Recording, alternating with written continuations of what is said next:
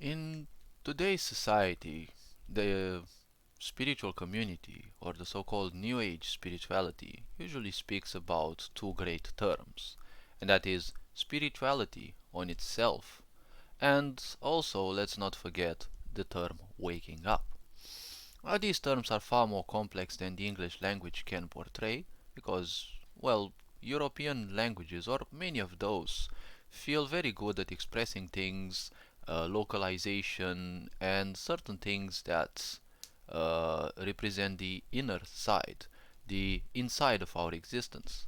But they kind of lack the ideas regarding full emotionality, full representation of imagination, of feeling, of being alive. Like many other languages, usually Asian ones, like Japanese, for example, or the Hindu languages, right? These are far better at portraying certain things. When it comes to being authentic, because more or less this is also a point, being authentic is not something, well, things nowadays in the Western society are presented as if they each were meant to be a competition. When people speak about you being authentic, well, in a sick society, that equates more or less the idea of being more or less a slave, because in a sick society, you have to abide by the ruler's expectations. So technically, you have to live their lives because you have to act like them, right? And that is especially the case in authoritarianism, right? Where you have the cult of the personality. You have to become one with that. Technically, religion is the same thing because, well, you have to abide to the specific deity because basically you must become that.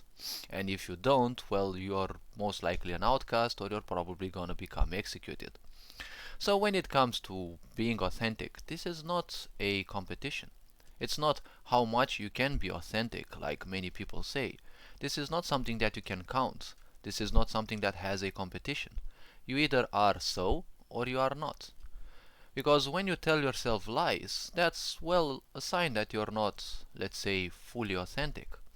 But when you are authentic, even if you tell yourself lies, because let's face it, we all are guilty of something more or less, when you are authentic, the idea is you'll also have a certain influence on others.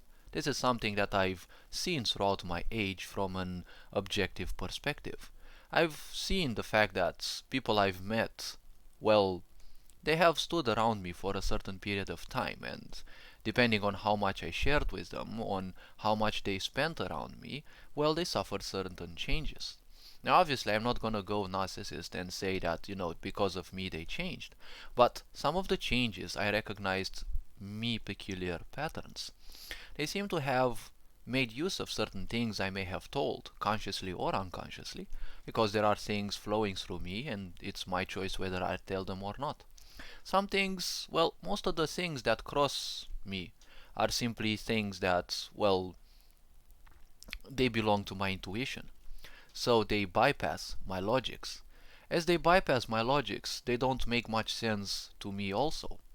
I've had numerous situations in which I've said certain things and only then did I process what I said. Some of them felt a bit, hurtful. But for some reason my intuition knew that those things were needed. Because when you have to shake someone from their ignorance, you can shake it in a more pleasant or more or less in a less pleasant way. Because ultimately, the dream spell that everyone is in, the idea of ignorance, well, you simply don't pull people out of there. As I've been saying, you don't pull people into this world. That's one of the reasons why I will condemn psychiatry in a way. Because psychiatry would want, people who are astray, right, mentally and psychologically speaking. Psychiatry would have the purpose to bring them back into this world. Now, the problem is, you don't bring people back into this world. The way I've seen things may not be the best way of describing, but the point is, people who are astray, they are shattered, they are broken on the premise of a certain dimension.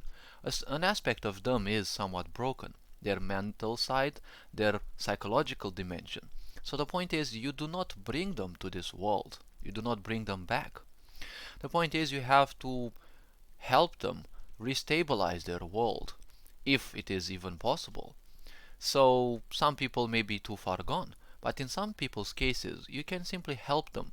And you can make them feel good again in their own body. You can make them feel good around you. This is how it happens with people who are mentally, emotionally, psychologically broken, who have low esteem, or simply who are too ignorant for this world. If you make them feel good, the point is, if you do it again and again, now don't turn this into a goal. This is one of the points. Now, these levels of waking someone up, these have to be done objectively. You have to be yourself. You are not their wake up clock. That's the point. Because all you have to do is plant the seeds, like I know I've done with the numerous people that have gone around me. Their full waking up, or certain stages of their waking up, may take even lifetimes. That is why you shouldn't ever consider it your purpose to wake people up. So you can do like many, positively inspiring influencers do on YouTube, like Ralph Smart and others. Right? You can make day by day videos in which you remind people how great they are. Or if people spend time around you, be simply you. Because people like other people who are them. People like me because I rarely find limits to what I say. And the fact that I make people feel at times uncomfortable with certain things that I say, not regarding them necessarily, but certain jokes, or ideas that I say that go usually well beyond some people's comfort zone. In a way, it becomes comforting because they have experienced something that they naturally wouldn't allow. So such people are needed in society, are needed by people because especially in these times where, socialization is a taboo, people need socialization. They need someone to remind them of how awesome they are and the fact that they are just a deity in amnesia. Because we have been fooled for thousands of years to believe in invented gods and, well, all sorts of deities, when we ourselves are bits of creation. So to a certain extent, we are also deities as well. When it comes to waking someone up, this may take years, this may take lifetimes. So just plant your seeds. Know that you've been authentic, not for the purpose of waking them up or having them realize how horrible they have been to you. Most likely that won't happen in this lifetime. Or you'll simply go away, or that person will go away from you, and, well, most likely you will never see each other again. That's one point.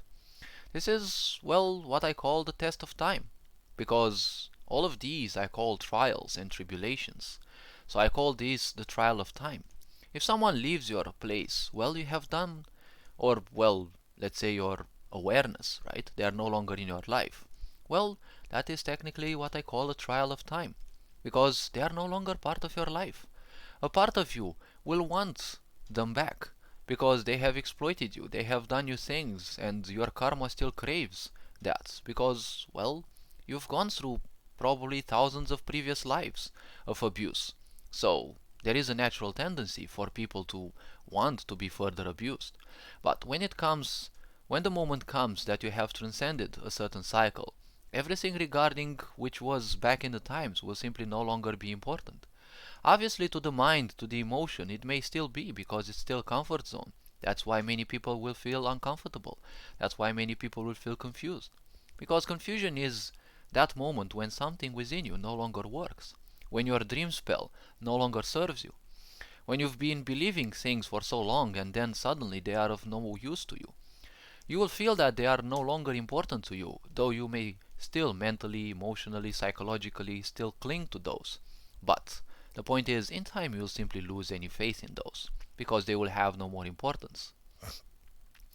So, if someone is ignorant, fully ignorant, they really don't like you, well, they won't like you because, well, they are ignorant to everything. They don't have any sense of awareness, they don't have any sense of sensitivity. So everything around is just a tool that they will use because, well, it makes them feel good.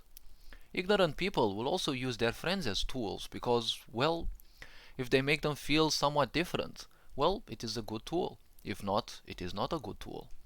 If your parents are reminded in their ignorance that they can be much better than who they are through the prism of you, aka the child, well, they will simply dislike you because it is their comfort zone to be useless. They have gone through previous lives like that, most likely through their karma. They have drawn, um, karmic parents, people who um, will misbehave, people who will traumatize them, because that is the point. If you have to go beyond a certain cycle in life, you will attract that cycle any number of times is needed until you simply realize that you have to actually transcend it, not invest more energy into becoming lower vibrational, hateful, resentful, or whatever towards something, or angry, because you're going to invest more energy into that rather than acknowledging how to transcend that limitation. So, people, when, well, if someone starts to wake up, that's technically when the magic happens. Because if they are ignorant, well, you are not going to achieve anything at all. Being good, let's say, this is something that in the West is seen as, well, very awkward. Because when you are good, technically being good means being complacent, because you're doing that which other people like, and when you're doing things that other people like, you're meeting their expectations. But egotistical people's expectations are never to be met, because once you have reached a threshold, the threshold will instantly be increased. So that is why it won't be good for you. But if we are to move even further, when people start to finally wake up, that is where neediness will kick in. Because, as I said, you don't pull people into this world, right? You make them realize who they are slowly and surely. But again, you don't do it, okay? This is something that has to be done from an objective perspective. You're not doing this because you want something in return. That is why this is very tricky. So the point is, you have to use your intuition. And your intuition will guide you, but it doesn't make sense because it bypasses the logics. So you have to be a natural in this. You can actually do things like this mentally, but, well, if your intuition will kick in and you're too dependent on your mind, well, in a way that's kind of a problem, because now, when your intuition kicks in, your mind is simply confused. Because, as I said, it doesn't make any sense. So, the point is, you don't draw people back into this world. You make them feel good, and when they feel good, they slowly start waking up. As they do, they are first blind. They are just like a child who has been reborn. They don't have senses, they don't have anything. Or, well, they technically do, but they don't know how to make use of those. So, it is the first aspect, which I call the neediness, right? Because, as I said, when it comes to love, there are multiple levels, and the way I see it, there is neediness. Then, well, there is wanting or craving, and then there is welcoming, right? So the point about, well, and yes, the fourth level, which would literally be unconditional love, is not existent to me because I do not believe in unconditional love. There is no such thing like that, because there is always gonna be a condition, right? For you to love someone. They have to be alive, you have to be alive first of all, right? Because if you're not alive, if you don't have a physical body, you won't be conscious enough to experience this aspect of love. This is the most important condition, and will literally dispel the idea of unconditional love, right? You have to have a certain level of awareness, that person has to have a certain level of awareness in your existence, and so on and so forth, right? There are numerous conditions. So unconditional love is more or less a very good fairy tale. So when it comes to neediness, right? The first point is, if you are authentic, people, especially ignorance, they will feel good around you because, well, you are who you are. You are a very good reminder that they're also awesome, but they're too afraid, that they're too deep into their sleep. So the point is, they have to spend some time around you. You have to make them laugh. You have to make them feel special multiple times. Because every time you do so, it is a glitch in their matrix. It is a glitch in their dream spell. And sooner or later it will break. And as it breaks, just like a balloon, it will start deflating, right? It won't burst in a second. So the point is, as it happens, they might actually realize that they're feeling good, right? That is the most important part. Because first of all, they realize that they feel good. So they become needy. Now, the point of this initial neediness is that when they feel good, it is a wholly different aspect. So they will become a bit dependent on it. So they will want more of it because it makes them feel good. The more they want it, technically, the more they will strive to get out of their dream state. But again, you have to remember that the dream state has been their cocoon for so long that they will also keep fighting to preserve that state, because it is in the aspect of all animals to embrace their comfort zone, right? It is the aspect of survival, the main aspect, right? Because the awareness is that you have to become one with creation. That means ultimate peace. But when you don't have that much of an awareness, when you are ignorant, well, ultimate peace is when you are feeling comfortable, right? Because comfort is the best distraction. So all the pains are simply dispelled. You're no longer giving them attention, so obviously it makes you feel good. When you are feeling nice, when you are you, right? And you spend time alongside people, even if they are the most ignorant twats possible. The point is simple. You will conduct certain slight changes into them, because with each time you behave like you are, people around you will be planted certain seeds. Those seeds will help them, irrespective of how many lifetimes it is needed. Those seeds will help them, and they will sooner or later wake up to the realization of how awesome they are. So, as they feel good and they wake up more and more, this aspect of neediness will go into what I call the upper neediness, when they realize that, hey, they're feeling good because it's you that has been around. So they will become needy, right? This stage is what I call, this aspect of neediness, their vibration of neediness, is what I call the state of patience, right? Because you have to take great care, you have to be very patient, because ultimately this is very important. This is the stage where they are just like a newborn. They don't realize what's happening. They just know they are completely different, and a completely new possibility of life has opened to them. That is why you just have to take care of who you are. Just be who you are, not who you think you are. Be what you are, a piece of life that has come here to experience. Share some of your wisdoms. Make them feel good by saying authentic jokes. Don't seek to please them, because the moment you start pleasing them, you will have them tend more towards their cocoon. You have to understand that ever since they wake up, their life is cancer. Why? Because cancer means a small part of you that turns against you, right? Just like a cancerous cell actually does nothing else than turn against you, right? That's why people aren't free, because they live in, mental, emotional, psychological cancer. They have all these sides within them battling against each other, right?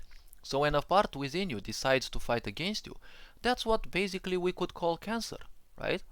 So as we do this, right, when they suddenly wake up, their so-called illusionary balance is shattered. Their comfort zone is shattered. But a huge part of them will still cling to that. Their animal side, right? Their survival aspect will still cling to that. So technically they live their life in cancer. You don't want to please that side, right? You want to make them feel good again, so that you are just like the light that guides them, right, towards the exit of the tunnel, right? If you're trying to please them, well, that light is gonna go off, and they're gonna finally, in their waking up, they're gonna find themselves alone, right? Just being you has this influence of you being just like a star on their dark sky, and they will use you like, more or less a guidance, right? Just like different societies have used the moon as guidance, because the moon has a great influence upon us. Such an influence any human being can have on other human beings. Because think about military. People were, as soldiers, ready to die for a cause, but if they were feeling demoralized, there have been great quotes said by great leaders that simply shaped and warped them out of feeling bad. And even if they would have to give their life for something that, well, didn't have anything to do with them. Well, the soldiers still did it. And together with their leader, they shaped the face of history. So, in this situation of neediness, people will want you, right? Well, actually, will need you. Because, well, they don't know who and what you are, right? They don't know who and what you are. They just know that, just like a vending machine that gives them the Coke once they give, the coin, they will simply realize that, hey, it is you that is making them feel different. So they will be needy. Once a certain threshold, let's say, is achieved, usually when people separate, the person will seek that state, right? Because again, they are dependent on feeling good in a different way. They're no longer drawn to their, self-destructive behaviors. An authentic being is not self-destructive. They are, very calm. They are very peaceful. And distracted people are very volatile because they are highly vibrant, right? I am not speaking about spiritual vibration, I'm speaking about mental vibration. Because the mind is all about vibration, it constantly changes its state. But when it comes to emotion, emotion is very sluggish. When a certain sadness, kicks in, you're gonna feel that sadness for a long time. But if you are to live outside of your emotions, right, if you speak only about the mind, now you can think a bad thought, the next moment you think a happy thought, then you think vengeance, then you think happiness again, then you can think about killing someone, then you can think about, I don't know, torturing someone, right? You can switch back to something good, then you can switch back to feeling bad about something else, right? That's how the mind works. So people who distract themselves, they are very volatile. So the point is they will seek balance. That is why people who are authentic, people who have patience, they will automatically be a very great anchor because they will want peace. People who are distracting themselves, they are distracting themselves because it's nothing else but a coping mechanism. They will want to do things to distract themselves from the pain. But when they see someone who can be so calm, they are not agitated, that will suddenly trigger, the blooming of those seeds, because they will naturally want that. All living beings want to feel ultimate peace. That is the point of spiritual existence. Because spirituality means that you have realized there are things beyond this physicality which, well, you're kind of getting too accustomed to identified with. And the point is, spirituality happens even if you're not aware of it. That is why you shouldn't necessarily make spirituality into a goal. Because a goal, when you set up a goal, you're gonna put more emphasis on the goal itself rather than achieving it, right? People say that I am a programmer, right? They are so identified with that being the programmer is more important in many cases than what they are programming. That is why many people feel that they're not, motivated enough. Because you're not interested that much in the projects that you're working for, right? In the work that you're doing. You're just interested in survival. Because you have accustomed yourself, you have identified yourself with the job and some titles, and those are important to your survival. You're still in the needy aspect because those are preserving your survival, those are making you live, right? So that is the aspect of the neediness. Once something breaks, once a big threshold is gone beyond, and when it comes to changing people, that is usually after a separation, because people will take a long time to wake up. And if you are highly vibrational, people won't match your vibration probably in that lifetime. So a separation will most likely happen. When that happens, the person who's waking up finally sees that their stars are no longer shining, so they will seek other people instead because they no longer have access to you. When that happens, well, they switched from neediness to wanting because the ending of the cycle of neediness is realizing that, well, what they needed is the sensation, what they needed is actually not you. They needed that emotion, right? That state of feeling true, of feeling authentic, of feeling calm in your presence or other people's presence, right? So once they realize this, they start becoming needy. They realize that all that they need is that sensation. And well, they don't fully realize that they actually don't need you to feel that state. They can also learn that. But in order to achieve that, there is the next level, the level of wanting. So people will feel that they will definitely want you. Or probably you are the one who has gone through this, right? And you've met someone who made you feel so calm, and now you want them, right? You've realized that you no longer need them, right? You no longer need that emotion, but you still want that person because there is an unfinished business.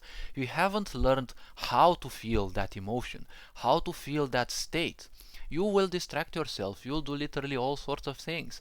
You'll watch great gurus, great minds tell you how to meditate, um, how to achieve inner peace.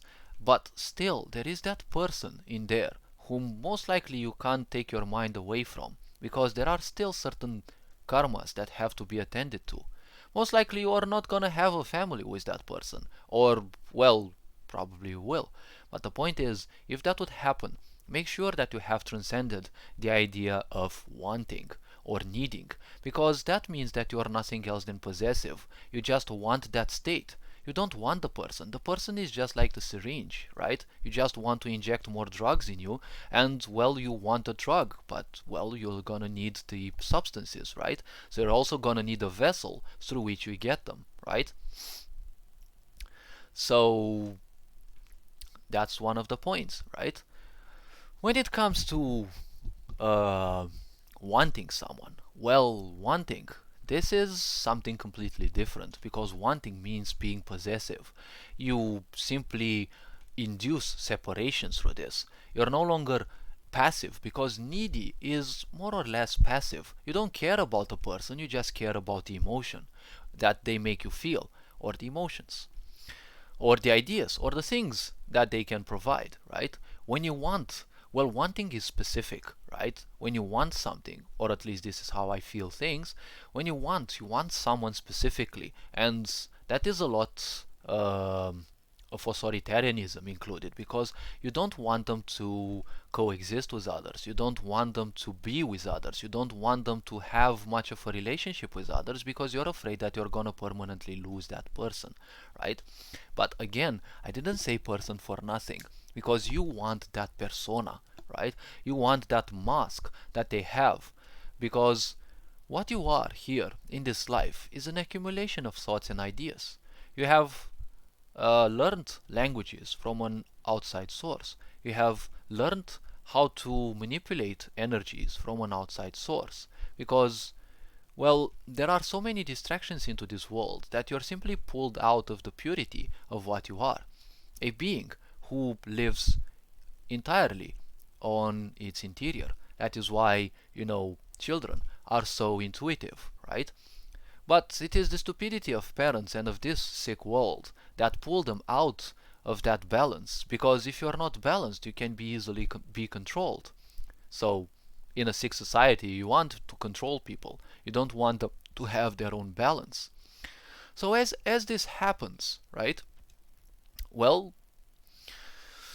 this is how people end up as either needy or wanting. Because people, when they want, they live in the sensation that they don't have enough. Now, to transcend this, you have to realize that you will never ever have enough. Many people say this: I don't have enough because I am poor. But the point is, they look at rich people and ask themselves, why don't the rich give to the poor? But you have to realize one thing. In this world, you will never ever ever have enough. You might have $100 billion per month as an income, but you still don't have enough. And this can be perceived from an egotistical vision, or from the vision through which you still don't have enough because you are aware you have so much money and you're giving opportunities, you're giving help to people, but you still don't have enough. You have to realize that even if you give money to the poor, you don't solve their problems. You have to teach poor people how to make their own money. You have to teach poor people how to escape the mindset of poverty. Because if you give a poor person $100 billion, well, the point is they are still poor because they will blow all that money. No one has ever been there to teach them how to invest that money, how to make more out of that money, so that they can share even 99% of that, right? to the others to also help them, evolve, transcend poverty by realizing that, hey, you can also be happy all by yourself, right? Instead of thinking how to make $1 million, why not think of how to actually help 1 million people? Because if any one of those would come to your platform and donate $1, there it is. You've got $1 million, right? So doing YouTube videos, well, that is a way of reaching the people, right? Nowadays, through technology, we have all the means necessary. But many people still live in that state of neediness or that state of wanting. They still want someone to pull them out of their misery. And as I've said, in psychiatry, you don't pull people out or, well, back into this world. You don't pull people out of their misery because they are more or less like a black hole. All the energies that they have simply collapse into the misery that they have invested in all their whole life. If you're not stable enough, you can actually fall for that. That is why many psychiatrists end up, feeling quirky, right? Because you attract such lower energies, so you can actually, go cuckoo as well when you're dealing with such people. That is why psychiatry can be very dangerous. Not because you're necessarily dealing with some of the most dangerous minds in the world. If we are to move further, after you realize that you will never ever have enough, you will simply transcend this aspect of wanting, right? And when you transcend that, you will start embracing the third level, which I call the level of welcoming. When you are in the level of welcoming, you no longer need people, you no longer want people, but you will simply welcome them. And you can only welcome people in your life who also welcome you, because now you have transcended the pains of neediness, you have transcended the pains of wanting, right? You can't simply accept such people in your life anymore, because you have gone through enough pains. You have become aware of your pains, right? You have realized your pains. You're not just living through them and accepting them as if they are some kind of religious toil that you have to do, and whatever comes one must endure. You are now aware that your inner world, right, is your inner business, right? Because your inner world is your inner business or your inner problem. The way you view it is up to you. But instead of making it your problem, why not make it your business? Because it is only your problem when you don't tend to it, just like a garden. If you don't tend to it, weeds will appear, so it becomes your problem. If it is your business, even for a little bit, if it is your business and you tend to the weeds as they start appearing, well, your garden will be much better. Sure, you won't have full control. Weather may be bad, birds will come probably and will eat your seeds or whatever there are there. Well, all that these things happen, but at least you have the the inner calmness that whatever you could have done, you have done. You have tended to what you could have done. Now, when it comes to welcoming, you can only welcome people who can also welcome you back. And this can be professionally speaking, right? This can be romantically speaking, and on any other level, right? All this being said, hopefully you found this video introspective enough. There are numerous other videos on my channel, lengthier or shorter. Feel free to skim through them, feel free to view them if you're feeling attracted to introspective videos like this. You are appreciated. Take care. Ferenc Bor signing out.